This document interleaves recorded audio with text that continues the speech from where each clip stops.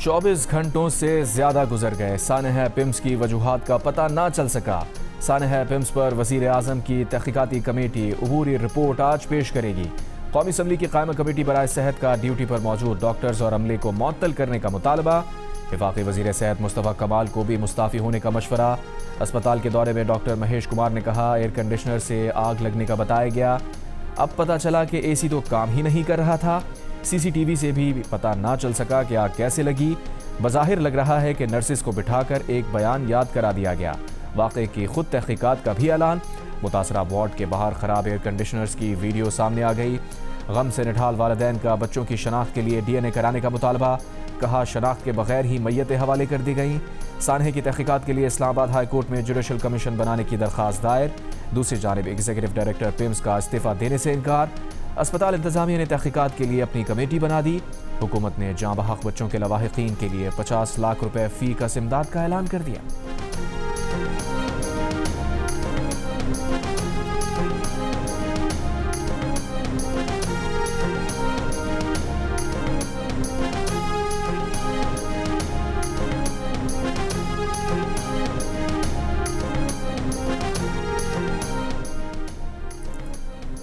پیمز اسپتال کے دورے میں پتہ چلا کہ نرسری میں 15 نہیں بلکہ 40 سے 50 بچے موجود تھے۔ قومی اسمبلی کی قائمہ کمیٹی برائے صحت کے رکن ڈاکٹر شازیہ صوبیہ کی جیو نیوز کے پروگرام کیپٹل ٹاک میں گفتگو۔ سابق ایڈوکیٹ جنرل اسلام آباد جہانگیر جدور نے کہا، جوڈیشل کمیشن بنائے بغیر واقعے کی انکوائری مکمل نہیں ہو سکتی۔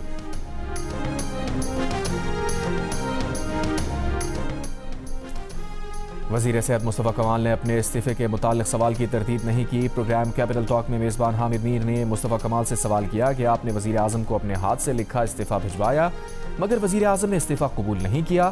مصطفیٰ کمال نے میزبان حامد میر کے سوال کی تردید نہیں کی اور کہا، آپ کو جب معلوم ہے تو آپ مجھ سے کیوں پوچھ رہے ہیں؟ میزبان حامد میر نے کہا، یعنی وزیر اعظم سے پوچھنا چاہیے۔ اس پر مصطفیٰ کمال نے کہا، جہاں سے آپ کو معلوم ہوا ہے وہیں سے پوچھ لیں۔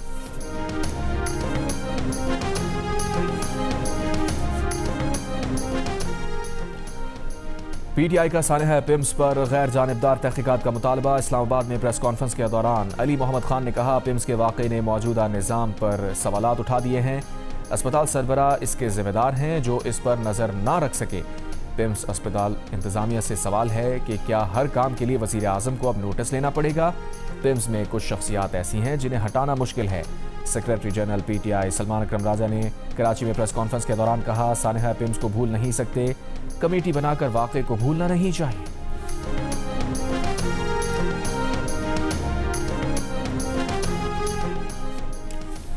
فیلڈ مارشل عاصم منیر کا دورہ ایران امریکی صدر ٹرمپ یا امریکہ کے خصوصی ایلچی کی حیثیت سے نہیں تھا۔ ترجمان دفتر خارجہ کی وضاحت، کہا، فیلڈ مارشل کا دورہ ایران پاکستان کی جاری سفارتی کوششوں کے تناظر میں تھا۔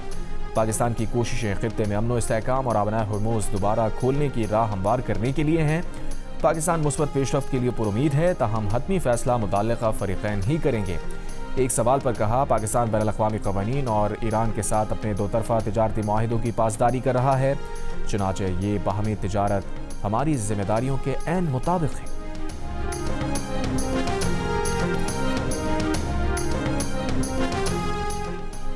ثالثوں نے ہرموز کھولنے کی شرائط مانگی ہیں، فہرست تیار کی جا رہی ہے۔ ایرانی قومی سلامتی کونسل کے سربراہ محسن رضائی کی گفتگو، کہا، شرائط میں خطے میں جنگ کا خاتمہ بھی شامل ہے۔ بتایا، عمان کے ساتھ آبرائے ہرموز میں بحری گزرگاہ کے قیام پر اتفاق ہو گیا۔ گزرگاہ کا کچھ حصہ عمانی اور کچھ ایرانی سمندری حدود میں ہوگا۔ محسن رضائی نے امریکہ نے شرائط مان لی تو جہاز مخصوص راستے سے ہرموز عبور کر سکیں گے۔ محسن رضائی نے ٹرمپ کے بیٹے کو قتل کرنے کی ایرانی سازش کے الزامات جھوٹے قرار دے دیے۔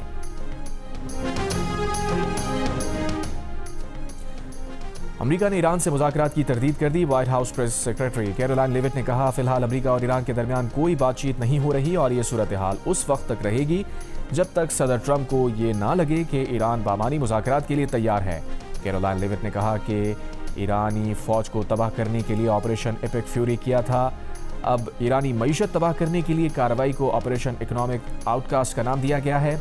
صدر نے تمام آپشنز کھلے رکھے ہوئے ہیں۔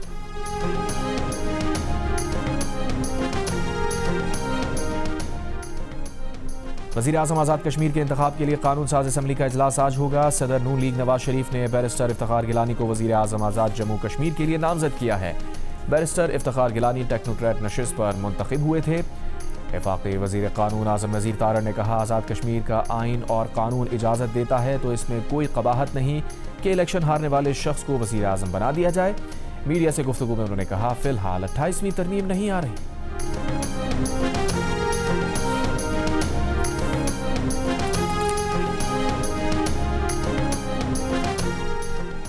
بانی پی ٹی آئی کے اسپتال منتقلی کے کیس میں عظمیٰ خان نے توہین عدالت کی فوری سماعت کے لیے درخواست دائر کر دی۔ رجسٹرار سپریم کورٹ سے بھی درخواست فوری سماعت کے لیے مقرر کرنے کا مطالبہ۔ رجسٹرار نے جواب دیا کہ اگر نئی درخواست میں نیا گراؤنڈ لیا گیا ہے تو جائزہ لیا جائے گا۔ نئی درخواست میں عظمیٰ خان کی طرف سے کہا گیا کہ بانی پی ٹی آئی کو عدالتی حکم کے برخلاف پمس اسپتال لے جایا گیا۔ عدلیہ کے حکم پر عمل نہ کرنا قانون شکنی ہے۔ درخواست کی فوری سماعت کی جائے۔ اس سے پہلے 25 اگست کو فوری سماعت کی ایسی ہی درخواست مسترد ہو چکی۔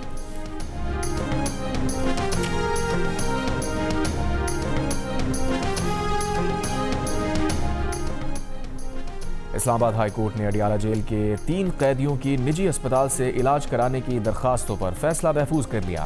درخواست گزاروں کے وکیل نے کہا، بانی پی ٹی آئی کو بھی عدالت نجی اسپتال سے علاج کرنے کا حکم دے چکی ہے۔ ریاست کی نظر میں سب برابر ہونے چاہیے۔ جسٹس محمد آصف نے ایڈوکیٹ جنرل پنجاب سے پوچھا، کیا کہیں گے اس معصومانہ خواہش پر؟ ایڈوکیٹ جنرل بولے، قانون میں ہوگا تو ان کی خواہش پوری ہوگی، لیکن درخواست گزاروں نے میڈیکل آفیسر کی ایسی کوئی رپورٹ نہیں لگائی کہ ان کا علاج پمس میں ممکن نہیں۔ پمس ملک کا اعلیٰ اسپتال ہے۔ جسٹس محمد آصف بولے، کل ہی پمس میں 14 بچے جان سے گئے ہیں۔ وفاقی دارالحکومت کے اسپتال میں یہ سب کچھ افسوسناک ہے۔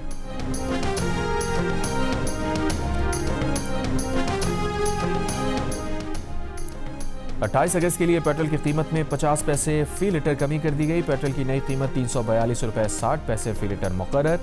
ڈیزل کی قیمت میں 19 پیسے فی لیٹر کمی کر دی گئی۔ ڈیزل کی نئی قیمت 371 روپے 61 پیسے فی لیٹر مقرر۔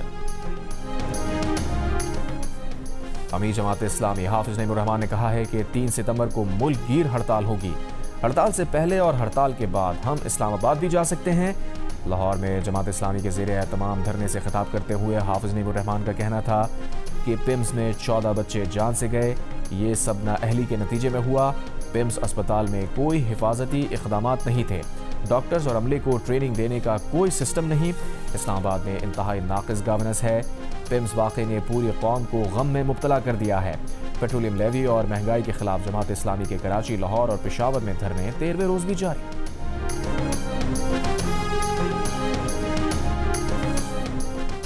پشاور کے نواحی علاقے میرا کچوڑی میں کارروائی، 4 دہشت گرد ہلاک۔ سی ٹی ڈی کے مطابق ہلاک دہشت گردوں کے قبضے سے 3 کلاشنکوف پستول، ہینڈ گرینیڈ برآمد۔ ہلاک دہشت گرد سید ولی سے ننگرہار افغانستان کا افغان مہاجر کارڈ برآمد۔ سید ولی پاکستان داخل ہونے والے 3 خودکش حملہ آوروں میں سے ایک ہو سکتا ہے۔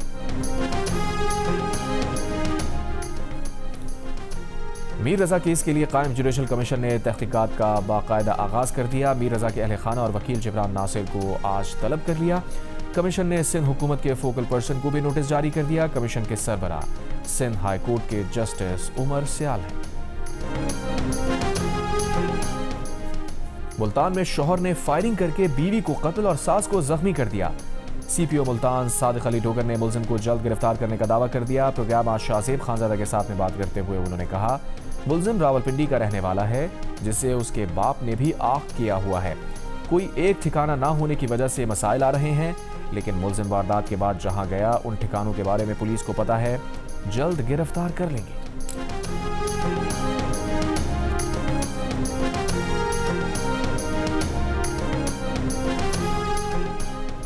پاکستان اور برطانیہ کے درمیان تمام شعبوں میں تعاون بڑھانے پر اتفاق۔ نائب وزیر اعظم اسحاق ڈار کی برطانوی وزیر خارجہ سے لندن میں وفود کی سطح پر ملاقات میں برطانوی وزیر خارجہ نے مشرق وسطیٰ میں امن کے لیے پاکستان کے کردار کو سراہا۔ ملاقات میں سنتاس معاہدے اور خطے کی سیکیورٹی صورتحال پر بھی تبادلہ خیال۔ اسحاق ڈار نے کہا، بھارت کی جانب سے بین الاقوامی ذمہ داریوں کی مسلسل خلاف ورزی قابل تشویش ہے۔ اسحاق ڈار کا افغانستان سے پاکستان کو لاحق دہشت گردی کے خطرات پر اظہار تشویش۔ نائب وزیر اعظم اسحاق ڈار کی لندن میں برطانوی قومی سلامتی کے مشیر جوناتھن پاول سے ملاقات۔ اسحاق ڈار نے کہا، کشیدگی میں کمی اور قابل قبول حل کے لیے پاکستان کی مسلسل سفارتی کوششیں جاری ہیں۔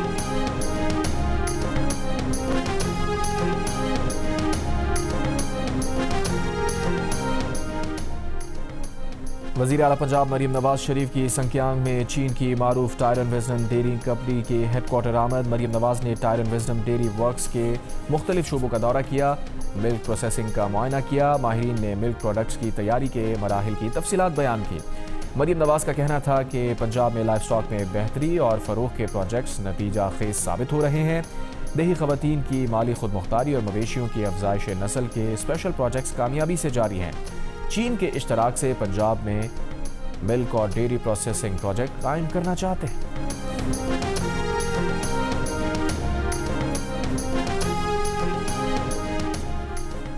ایران کے صدر مسعود پزشکیان نے علاقائی ممالک کے ساتھ باہمی تعاون پر مبنی علاقائی سیکیورٹی انتظامات کی تجویز دے دی۔ تہران میں اسلامی اتحاد کانفرنس سے خطاب کرتے ہوئے کہا، اسلامی ممالک کو خطے کی سلامتی خود سنبھالنی چاہیے، ایک دوسرے کی سلامتی کو نقصان نہ پہنچانے کا عہد کرنا چاہیے۔ فلسطین کے دفاع اور اس پر قبضے کو مسترد کرنا اپنی ذمہ داری سمجھتے ہیں۔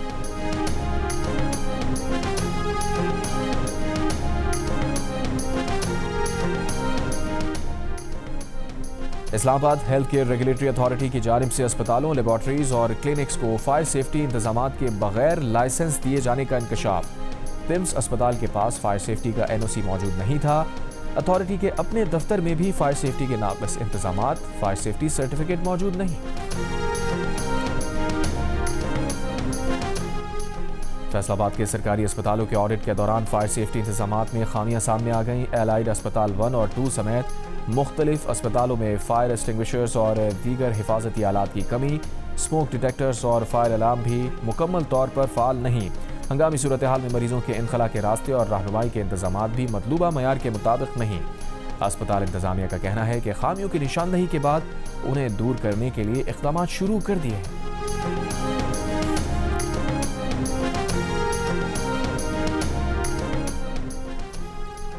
سندھ کے تمام سرکاری اور نجی اسپتالوں میں ہنگامی فائر سیفٹی آڈٹ کرانے کا فیصلہ۔ کراچی میں بچوں کے سب سے بڑے سرکاری اسپتال NICH میں فائر سیفٹی کے ناقص انتظامات، ایمرجنسی ایگزٹس پر بھی بند ہونے کا انکشاف۔ ذرائع کا کہنا ہے کہ متعدد فائر ایکسٹنگوشرز خراب، مؤثر فائر سیفٹی الارم سسٹم بھی موجود نہیں۔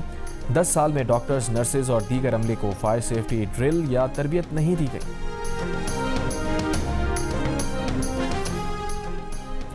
کینیڈا میں پاکستانی نژاد رکن پارلیمنٹ سلما زاہد کی گاڑی کو نامعلوم افراد نے آگ لگا دی۔ پولیس نے واقعے کی تحقیقات شروع کر دی۔ جیو نیوز سے گفتگو میں سلما زاہد نے بتایا، رات 1:30 بجے گاڑی کو آگ لگائی گئی۔ واقعے کے وقت وہ گھر پر موجود تھیں۔ پولیس نے موقع پر پہنچ کر شواہد اکٹھے کیے۔ وفاقی پولیس کو بھی واقعے سے آگاہ کر دیا۔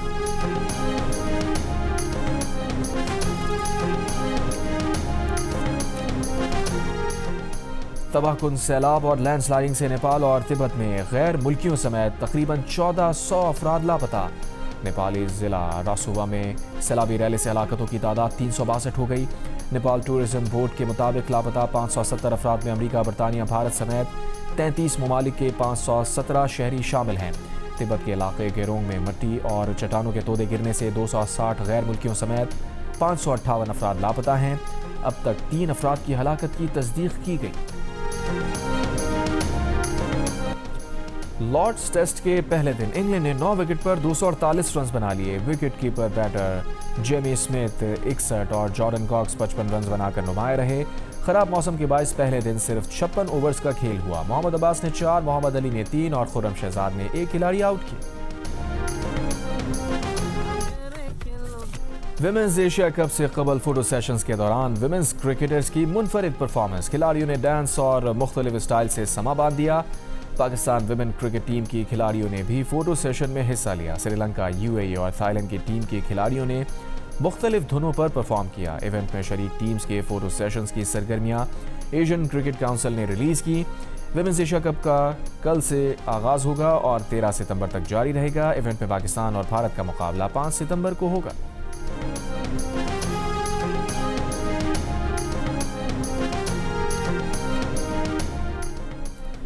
فٹ بال کے شائقین کے لیے ایک اور بڑی خوشخبری، اب دنیا کے مقبول ترین فٹ بال کا ایکشن ہوگا اور بھی زیادہ اور بھی بڑا۔